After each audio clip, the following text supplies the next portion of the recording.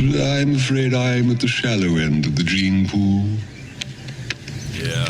He uses brains over brawn, a feminine strategy that the film codes as illegitimate. Mufasa's physical strength and protective patriarchy are natural and good. Yes, Scar's patriarchy says might makes right.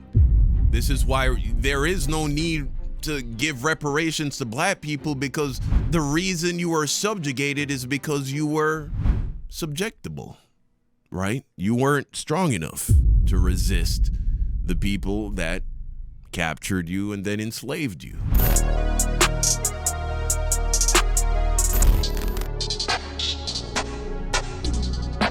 I can think of a point in the past when I was homophobic, when if somebody were to accuse me of being homophobic, I would say, no, I'm not homophobic. Because if you take a look at the word homophobia, it essentially means a fear of gay people.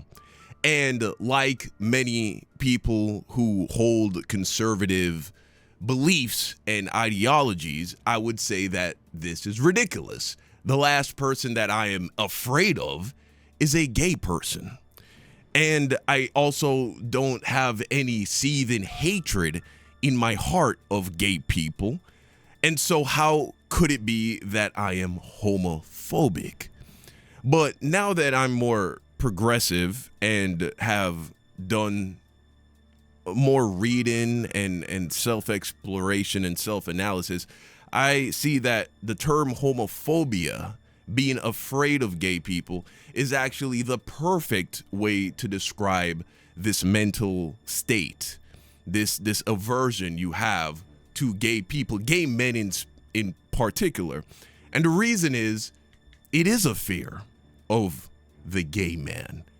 It's not a fear of the gay man himself. You're not afraid that he's gonna like hold you down and do something to you. You're not afraid that he's gonna hurt you. You're afraid of who he is as a person. You think somewhere that this person is a bad person. This person is a sexual deviant. He is not to be trusted. There is something wrong, wicked about his identity, about his sexuality. There is something perverse. There's something wrong with it. And so, yes, you might not be afraid of him doing something to you, but maybe you're afraid of him being around women. Maybe you're afraid of him being around children. Maybe you're afraid that he might infect your mind or the mind of somebody else. It is a form of fear. You don't trust him, right? And how else would you describe that feeling of not trusting? Think about this. Imagine you had to walk on a beam over, like you're high up in the sky and someone tells you to walk across a bridge. You're 50 feet in the air, but you don't trust the bridge. How would you describe that emotion of not wanting to walk across the bridge? You're afraid. You're afraid that it will break. You don't trust it. And that is what it is. It is a distrust of gay people. But where does this distrust come from? I realize now that it is grounded in nothing more than the way we have been conditioned. And one of the sources of this conditioning is, of course, media. And so let's take a look at this video. Another amazing video by Therese. We've been reacting to her all week. She is very good at what she does and how she articulates herself. Check out this video. Disney taught your kids to fear femininity in men. It's not just gay people, right? It's feminine men as well. It's men that seem a little too girly, men that paint their fingernails. But when you take a look at these attributes, them in of themselves, you don't think there's anything wrong with it, because when a woman paints her nails, there's nothing wrong with that. But as soon as a man paints his fingernails, now you don't trust him, right? You're afraid. All right, let's check out this video, man. It's really good shit. Have you ever noticed that male Disney villains always seem kind of gay? That is to say, they always seem to possess the various characteristics and traits that we associate with homosexuality when they present in men. Theatrical, flamboyant, graceful. I've never noticed that until she pointed it out. And it's crazy because I've actually been watching Disney movies lately with my kids. We just watched Aladdin recently. Before that, Cinderella. And if you pay attention, pretty much all of the villains, the male villains in Disney movies, are feminine in the way they present. Dramatic. They throw their hands up in exasperation. Lots of eye rolling, lots of gesturing. Meanwhile, the heroes, traditionally masculine, stoic, physically powerful. This is not a coincidence. It's called queer coding. And it reveals something much deeper than Disney's animation choices. Okay. It reveals patriarchy's absolute terror of any sign of femininity in men. Right. I'm Therese, and today we're examining why Disney systematically codes male villains as queer, and how that coding is really about punishing any man who dares to be feminine. Right, and really what you'll come to find out that it's not even about the men being gay. It's really rooted in the hatred of women. Homophobia is rooted in misogyny. It's going to blow your mind once you connect the dots, man. Check this out. Or gender nonconforming. Because when it comes to the men, they aren't just queer-coded villains. They're feminine villains. And in patriarchy, femininity in men is the ultimate transgression. Right. This video is part of my series analyzing fairy tales and rom-coms through a feminist lens. We've looked at how Disney teaches girls to be silent and sacrificial, subservient, and how female power and agency is pathologized with the female villains. In this video, I'm examining what Disney teaches about masculinity, specifically that any deviation from traditional masculinity is evil. Let's define queer coding first. Okay. It is the practice of portraying characters as LGBTQ+ through stereotypical mannerisms, like appearance and behavior, without explicitly commenting on their sexuality. I mean, because it's a kid's movie, come on. It's all subtext. All implication. Everything about how they're animated, how they're voiced and styled signals queerness to the audience. Right. Many queer people, myself included, look back at their childhoods and realize that they always seem to identify more with the villains than the heroes in these stories. Really? But we never really understood why. Queer coding, that's why. And the Disney animated feature... Yeah, definitely. Did not identify with Scar from Lion King. Did not identify with any of the villains. I always identified with the protagonist. But it's interesting to hear that from the perspective of somebody who, is queer, they saw themselves more in these villains. Interesting. Is a masterclass in queer coding. Here is my thesis. Disney's queer-coded villains aren't really about homophobia. They're about misogyny. These villains are punished for embodying any aspect of femininity. They're theatrical instead of stoic. They're graceful instead of physically powerful. Intelligent and strategic instead of action-oriented. Emotionally expressive instead of restrained. And because femininity is devalued under patriarchy, because feminine traits are associated with women and women are considered lesser, these male characters have to be villains. Disney taught generations of children that feminine men are dangerous, deceptive, and must be defeated by the real men. So why does this matter? It matters because these films shaped how millions of children... And I say that, for me at least, speaking for me, my distrust of feminine men and gay men coming up through life was 100% programmed into me because I had no negative interactions with gay or feminine men my entire life. I mean, for one, I spent the first 15 years of my life growing up in Jamaica, where it's an incredibly homophobic culture. Like, you're not allowed to be gay. In fact, the only gay person, or at least overtly feminine person that I came into contact with as I grew up, was this dude that I went to high school with, and everybody just knew, stay away from him. Don't fuck with him. He's not, but in a bullying, exclude him type of way. He never, of course, was out and about flaunting that he's gay, but of course, he was very feminine. And I can't remember that guy ever doing anything bad to anybody. I can't remember him ever, like, there was never a rumor that he did someone dirty, that he threw someone under the bus, that he fucking, you know, got into a fight, that he did some degenerate, perverted thing. Never. There was not a single rumor that I ever heard about this guy. But nobody fucked with him, and it was just because he was feminine, and so everyone assumed he was gay. Understand gender and sexuality. Of course, the girls, he had a lot of female friends, but that was about it.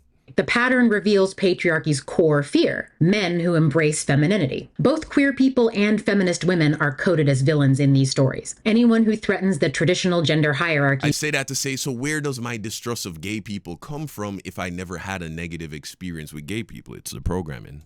Must be defeated. So let's dive in. I'm going historical, I'm going detailed, and I'm connecting Disney's animation choices to the legislation that is being passed right now in the United States targeting gender nonconforming people. To understand why Disney does this, we have to talk about the Hays Code. The Motion Picture Production Code, enforced from 1934 to 1968, was Hollywood's self-censorship guidelines, and it had very specific rules about sexuality. Quote, sex perversion or any inference to it is forbidden. That's the actual language. And sexual perversion meant homosexuality. Under the Hays Code, LGBTQ plus people could not be portrayed positively in film. They could only appear as villains, tragic figures, or as comic relief. Bro,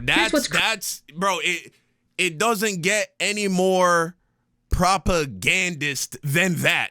Saying, hey, the only way you're allowed to portray these people is as bad people, is as the villain. It's like we need to make sure that people see these people in this negative light. Crucial. The deeper pattern wasn't just about sexuality. It was about any sign of femininity in men. So why does femininity in men threaten patriarchy? Because patriarchy requires men to dominate and women to submit. Right. It's a hierarchy that only functions if everyone performs their assigned role. Men who embrace femininity reject the dominance role. They reveal that masculinity isn't natural, that it's a performance. And that threatens the entire gender hierarchy. What she means by it's not natural, obviously we know that there are men who naturally, like, are masculine in the way that they behave, but in the sense of, like, there are men who aren't masculine, right? And there are women who aren't feminine. It's not a rule that because you are a man, you must be masculine. Why? Because there are men who aren't masculine. And so that's what she means. I don't know if natural is the best word. I think that's what she means.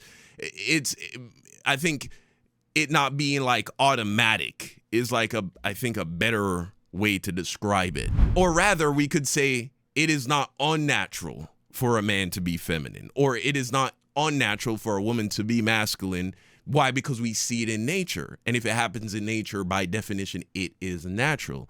It doesn't mean that, of course, all men and all women are going to be any one way. But what she's getting at, I believe, is that the system of patriarchy necessitates that this is an automatic rule, that all men are naturally masculine and therefore all women, and it's really for the sake of controlling women, all women must therefore naturally be feminine. And so if any woman transgresses that or steps outside of that, now challenging the power structure, the system that says men must rule over women, women can never lead, women can never be in a position of authority, because again, if you can just automatically, as a code that governs life, right? Like, you know, what they try to establish through religion, through the Bible. If you can just cut away half of the competition, that means it's a lot easier to accumulate power. You don't have to compete against women for power and resources. It's no different than what white people did to black people. If you can just automatically say that black people aren't entitled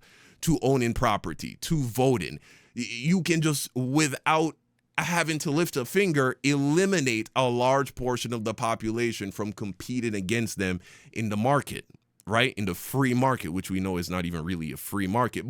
And so that's where it's all grounded. It's in trying to keep women as a lower class member of society that depends upon us, that serves us, that doesn't compete against us for power and resources. Feminine traits are emotionality, theatricality, grace, cooperation, concern with appearance. These traits are devalued specifically because they are associated with women. A man who acts feminine doesn't just challenge heteronormativity, he challenges the idea that masculine traits are superior. He reveals that the whole system is constructed. Disney Animation was founded in 1923, and its golden age happened during Hays Code enforcement. It all falls apart. I know I'm interrupting a lot, but there's so much meat to what she's saying here. Like, you see, it just completely dismantles the patriarchy. It falls apart. The idea of patriarchy is grounded in the idea that men are superior to women, and therefore men naturally are the ones who are supposed to lead society. Women are naturally supposed to submit and follow men, right?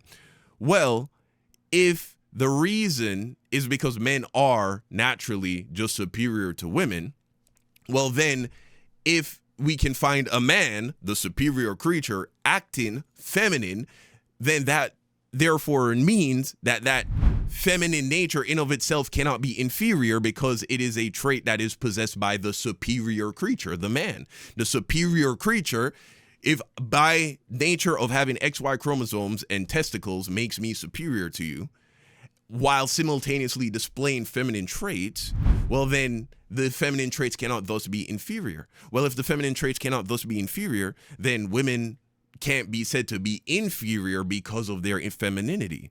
It fucks the whole system up. And so we must demonize these people. So it really ain't even got shit to do with men being gay, bro. Or anybody being gay. See, you have to demonize women. And this is why we don't have the same attitude towards gay women, lesbians, as we do gay men. Because lesbians being gay, that doesn't, contradict the patriarchy. In a weird way, it almost even holds it up.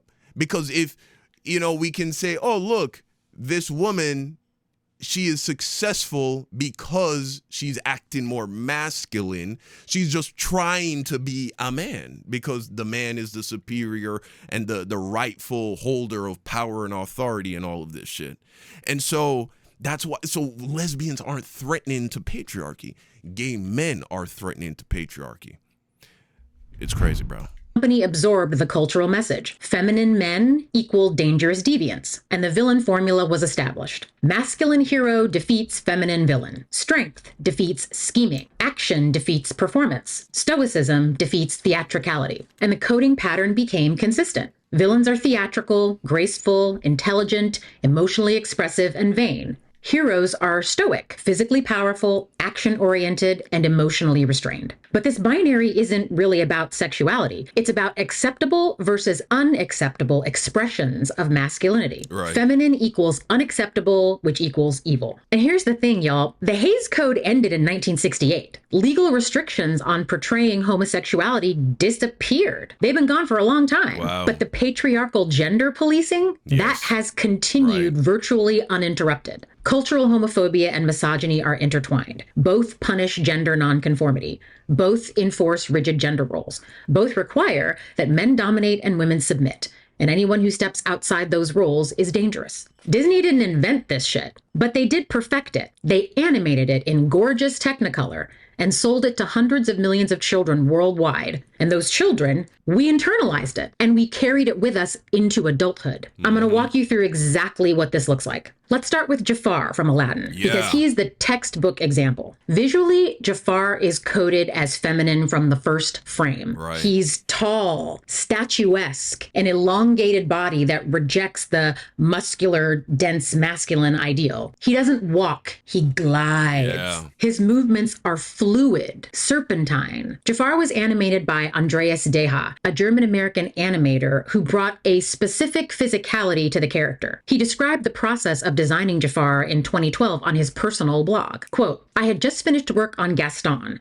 who had to be handled with a certain amount of realism. And I remember thinking, not with Jafar. Here was a chance to design and animate a character who belonged in a graphically stylized world. But how would I handle Jafar's personality? I knew I wanted hands that you wouldn't want to touch. I tried to minimize the line mileage in the design. Still, not stylized enough. After one more pass, I was comfortable with these animatable shapes. This is the design directors Ron Clements and John Musker approved.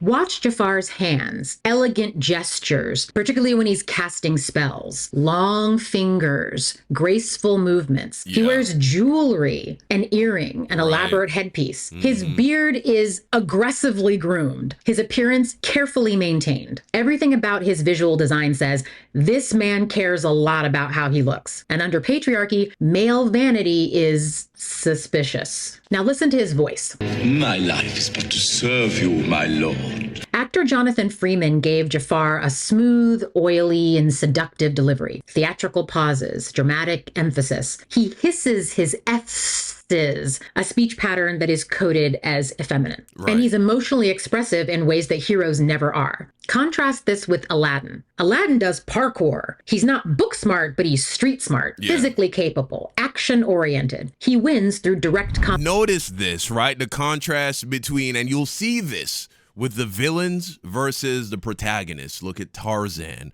versus the ape hunter. Look at Mufasa versus Scar, Jafar versus Aladdin. The list goes on and on. The villain is always the one who is more intellectual. Also, notice the demonization of intellectualism in conservatism, right? You had guys like Charlie Kirk basically going around saying what? University is a scam, right? These people, look at who they elected as president. They don't care that Donald Trump is far inferior to Barack Obama because of Obama's, how articulate Obama is. They don't see that as a one-up on Trump. If anything, it makes him less trustworthy. Why using all them big words? I just like Trump. He says it the way it is. Right? Confrontation and physical prowess. He's earnest, not theatrical. Masculine, not feminine. Jafar schemes. He manipulates. Meanwhile, all of the luxuries and pleasures you have in this life, for the most part, you can thank intellectuals. Many of the technologies that you enjoy are because of fucking book nerds and dudes who love learning and love reading.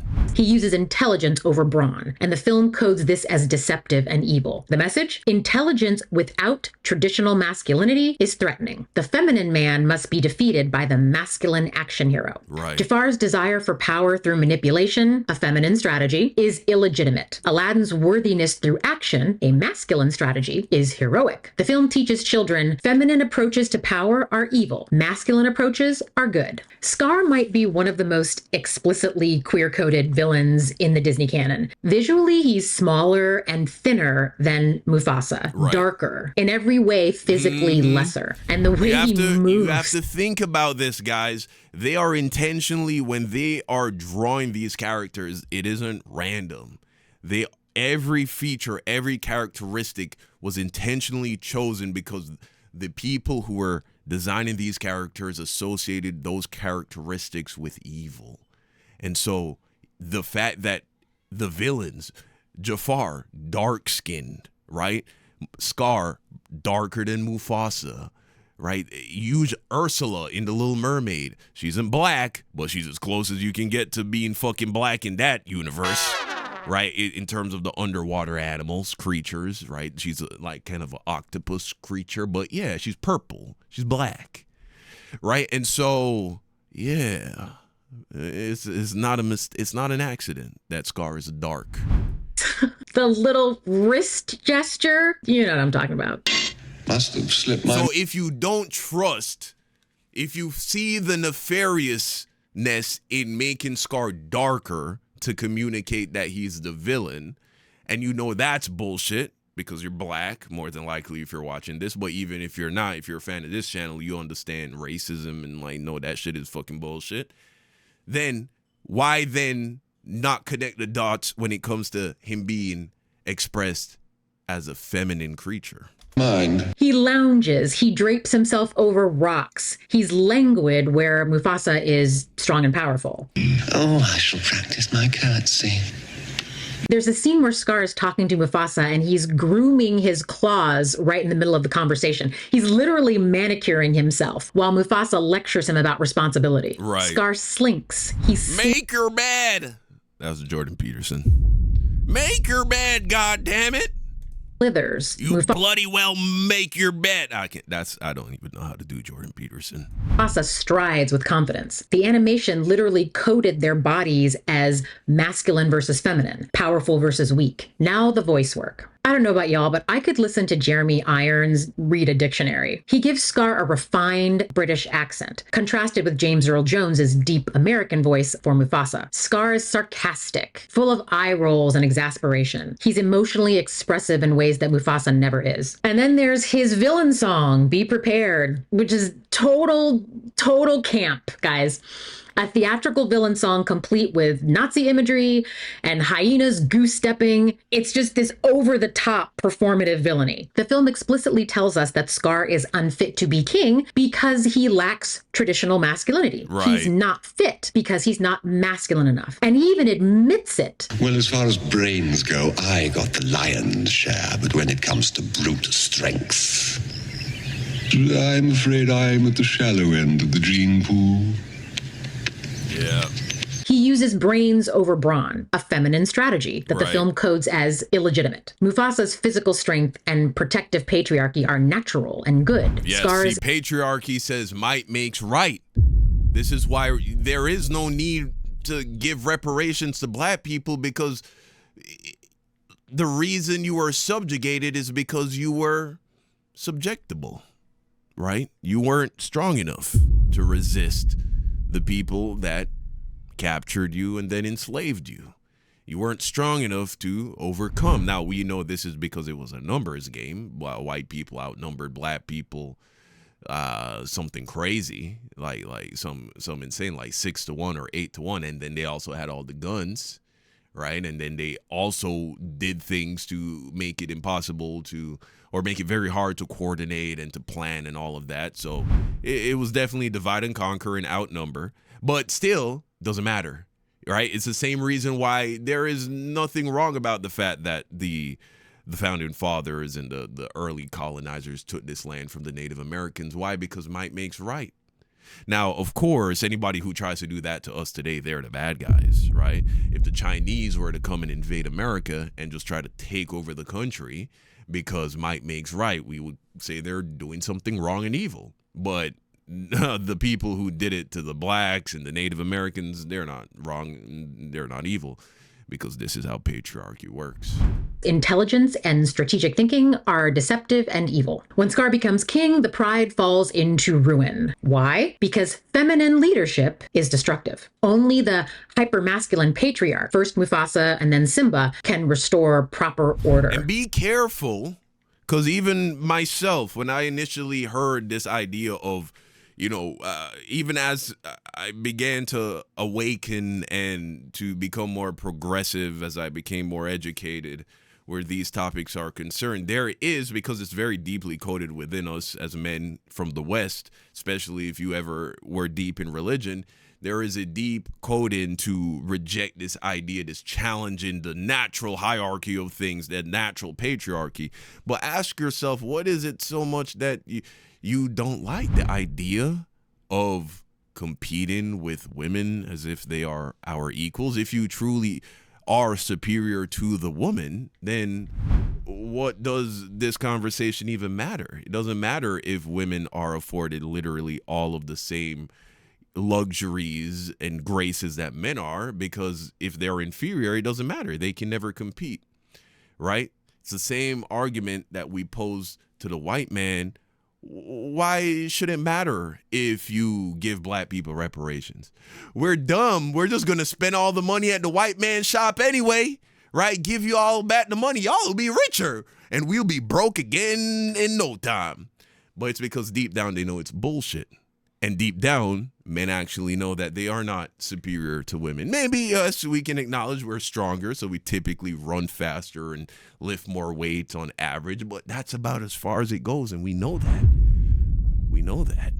Scar's defeat is the restoration of the masculine hierarchy. Simba throws him off a cliff and Scar is eaten by hyenas, the followers that he manipulated through his feminine strategy rather than earning their loyalty through masculine strength. The message? The effeminate male must be eliminated so the strong masculine male can rule. His villainy is coded in the same way female ambition is coded, as scheming, manipulative, evil, and illegitimate. So from this, the boys learn, don't be smart instead of strong. Don't be feminine, because feminine men don't deserve power. And if they get it, they'll destroy everything. Governor Ratcliffe from Pocahontas, the most explicitly vain villain in the Disney canon. And his vanity is coded as feminine and evil. He's obsessed with his appearance. He's preening in a mirror. He's, like adjusting his hat and everything, his ruffles and capes and jewelry. He's powdered and perfumed. He has his hair plaited with little bows on the ends. Everything about his presentation screams, this guy cares way too much about how he looks. Right. And the film explicitly links his vanity to his villainy, his greed for gold. And here's the thing, this is how you know that all of this shit I still think is deeply ingrained in all of us. Anti-blackness, racism, sexism. Even if you're woke, I feel like it's still deeply ingrained in a lot of us, because when we come across somebody that we don't like, the same shit that we will criticize people for being bigoted against, if we can find those attributes in people that we disagree with ideologically on other topics, big ticket topics, we'll then resort to the same misogyny, the same homophobia, the same racism when we attack those people. Perfect example, right? Clavicular. We don't fuck with Clavicular for a number of reasons, right? He's racist against black people. He pushes a lot of bad, harmful ideologies on young people. And so we identify this guy as a danger and a production of the manosphere.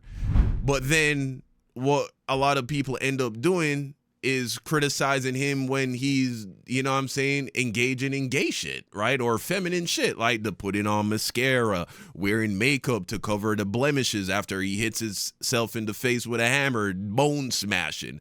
Then we weaponize those feminine traits as a way of criticizing him, because deep down, there's still a part of us that has that poison in us. You know what I'm saying? Now, there is actually a legitimate way to criticize these guys from that angle. I'm not saying it's all bad when we do hold up that mirror, because they are also usually very homophobic themselves. And so it's kind of pointing out the irony in them being so misogynistic and homophobic, meanwhile engaging in very feminine behavior. And so when it's done in that way, I won't say that it is necessarily you being homophobic, but there are times where that nuance is completely absent and it's just straight up old school, haha, fucking gay boy, you fucking queer, it's that energy. And I can't lie, I've done both. Sometimes I've done it with a nuance, but sometimes it's just that old school homophobia, misogyny coming out that still needs to be weeded out. Is tied to his desire for... But, shout out to Therese, watching her videos has been helping me to even see that shit, become conscious of that shit, and I'm gonna try and do better going forward. Status and appearance. In his villain song, he dreams about wanting to acquire wealth to enhance his image and his reputation back in England, and how great it's going to be when he comes into court, dripping with gold and diamonds, and how everyone's going to be jealous of him and they're finally going to love and accept him. His motivations are coded as shallow, which is considered feminine, contrasted with John Smith's masculine desire for adventure. So he's physically soft, where John Smith is muscular and tight and capable. The film also gives Ratcliffe a dog, a pug named Percy. Even his pet is feminized. Right. Yeah, it's not subtle, y'all. It's not subtle. Ratcliffe's defeat comes through his own vanity and cowardice. He uses another man as a human shield, revealing his lack of masculine courage. He's dragged back to England in disgrace, the feminine man punished for his failure to embody the masculine virtues. Now, the historical Ratcliffe was a British colonizer who was brutal, murdered a bunch of indigenous people, numerous atrocities. Disney turned him into a vain, effeminate buffoon, conveniently killing two birds with one conservative stone. It sanitizes colonialism while reinforcing that feminine men are ridiculous and evil. Win-win. I talked about Ursula from The Little Mermaid in a previous video, but I think because if they actually portrayed him the way that he was, which was more than likely a traditional, stoic, square-jawed, macho, masculine white man that murdered and raped Native Americans, well, then it would actually be a criticism of the patriarchy, and it would get people to say, maybe just being a masculine, straight white man isn't synonymous with being virtuous, right? No. So we can't let that happen. So instead, let's queer code him. Let's make him feminine. Yeah. I think she fits both the feminist coding and the queer coding villain tropes in Disney. I think she might be where we see the intersection of misogyny and homophobia the most clearly. Ursula, as I mentioned in my previous video, was explicitly modeled on the drag queen Divine. The animators studied Divine's performances, movements, and aesthetic. Pat Carroll gave an excellent vocal performance. With Ursula, there's no subtext. There's just text. Ursula the Sea Witch is a drag performance. And what does that mean? Ursula embodies exaggerated... Never saw it until she said it. Femininity, performed by someone the film codes as not really female. Her femininity is performance, artifice, a deception. And that's exactly how patriarchy views both drag queens and powerful women, as deceptive and threatening. Visually, Ursula is fat, confident, and sexual. She takes up space. She's comfortable in her own body. She uses her sexuality strategically. All of these traits coded as monstrous in women, as I've discussed. Her villain song, Poor Unfortunate Souls, which sadly I had to cut out of the last video because of copyright issues. That song is pure camp, theatrical, over the top. She's both performing femininity and mocking it at the same time. And the film codes this as evil because women who perform femininity consciously, who use it strategically rather than embodying it naturally, are very threatening. Ursula's power comes from her voice and her intelligence. She's a businesswoman. She's making deals, coming up with strategies. She's manipulative and ambitious. In a woman, especially a confident and sexual woman, these traits make her a monster. And her defeat, Prince Eric impales her with the ship's bow. Another phallic symbol death, destroying the powerful woman. Masculine she was conquered by the righteous peen.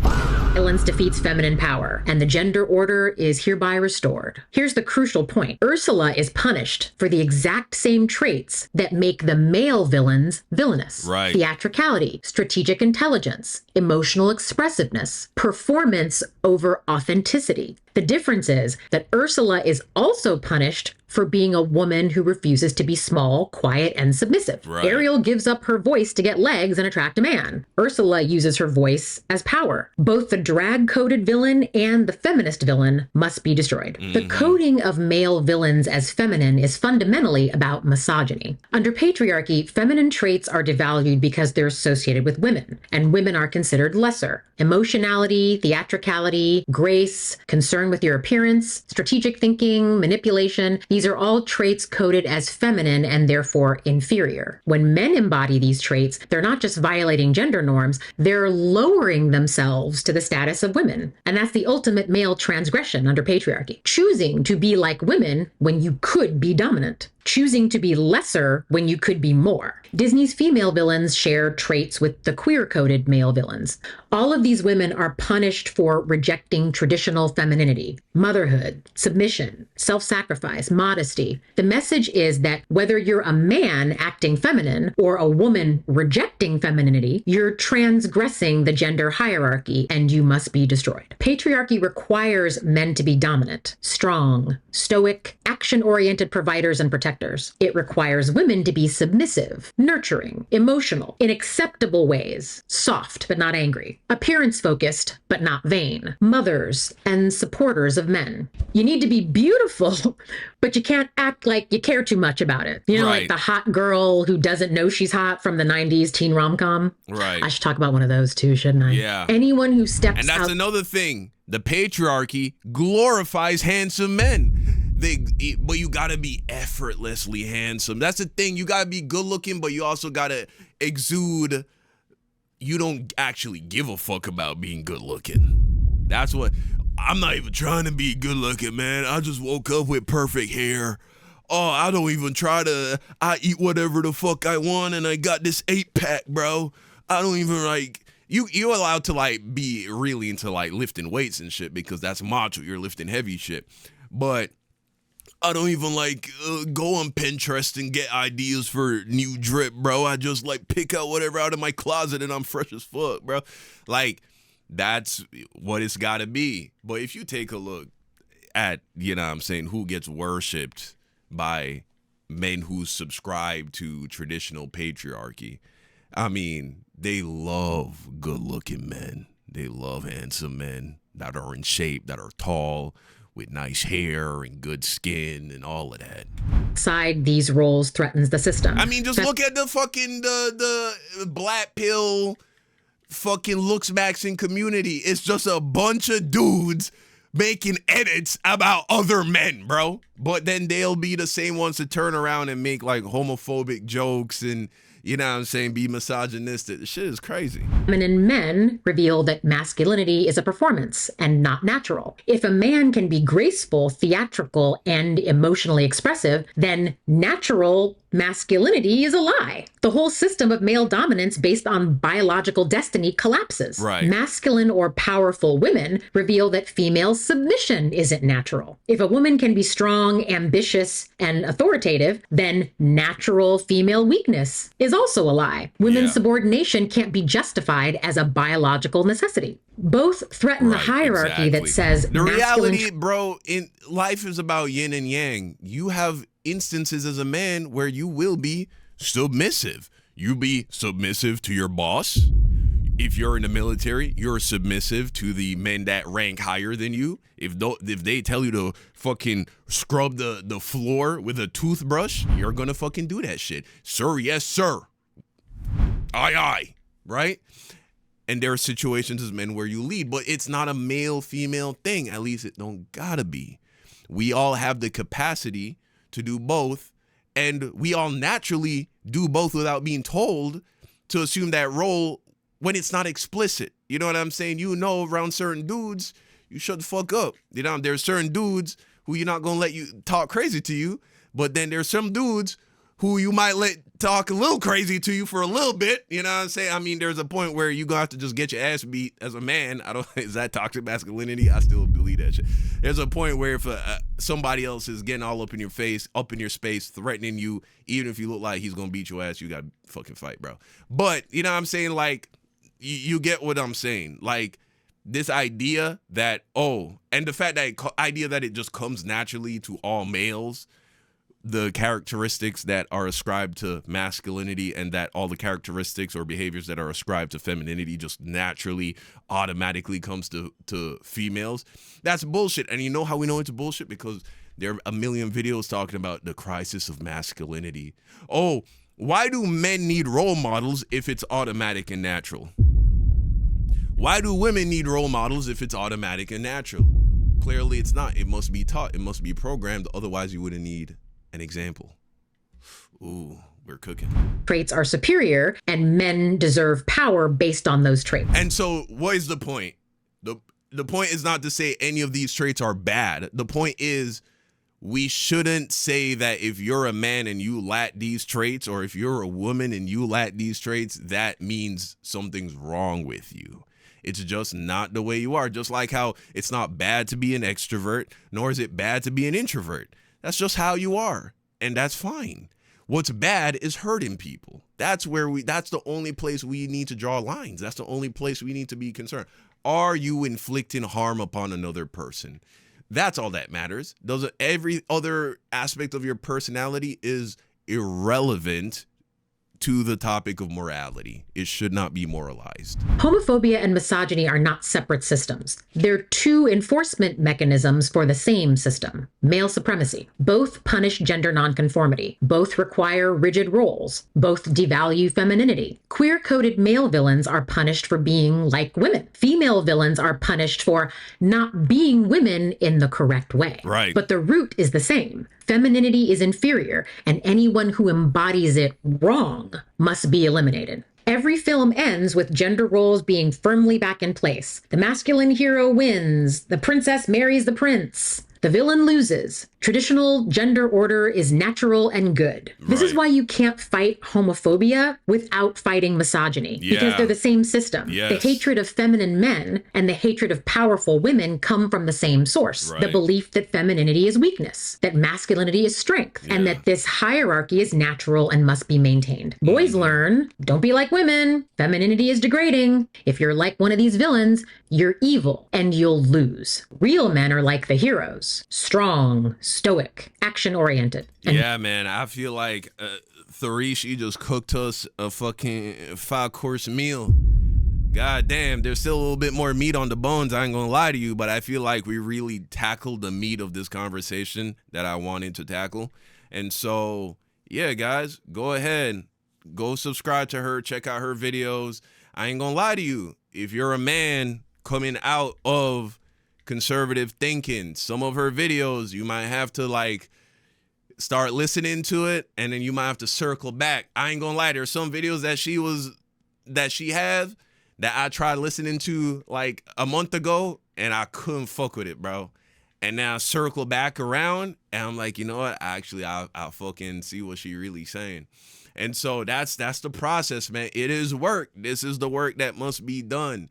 You know, it ain't only white men that got work to do, because you know what I was thinking about recently, and I'll close on this. You know how people, especially black people, and rightfully so, we like to point out how so many of the evils and the atrocities and the pain and the problems that have been caused in our society has been caused by white men. And we'll say, oh, we know all of the death and destruction, is white men, white men. True. Not all, though. Let's not pretend like black people everybody's done evil shit of all groups and demographics, right? But they're also just men. And so, yeah, we might be able to separate ourselves from identifying with them because they're white men and we're men of color. But where we do overlap is that we both are men. And, you know what I'm saying? We benefit from patriarchy too. And we have benefited from the oppression of women too. We live in a system that benefits us, that has traditionally oppressed women. And so we got work to do too, where that is concerned. It's not just white boys. They got work to do. But hey, that's the video. Y'all let me know what you think in the comment section down below. Thank you for watching. And until next time, peace out.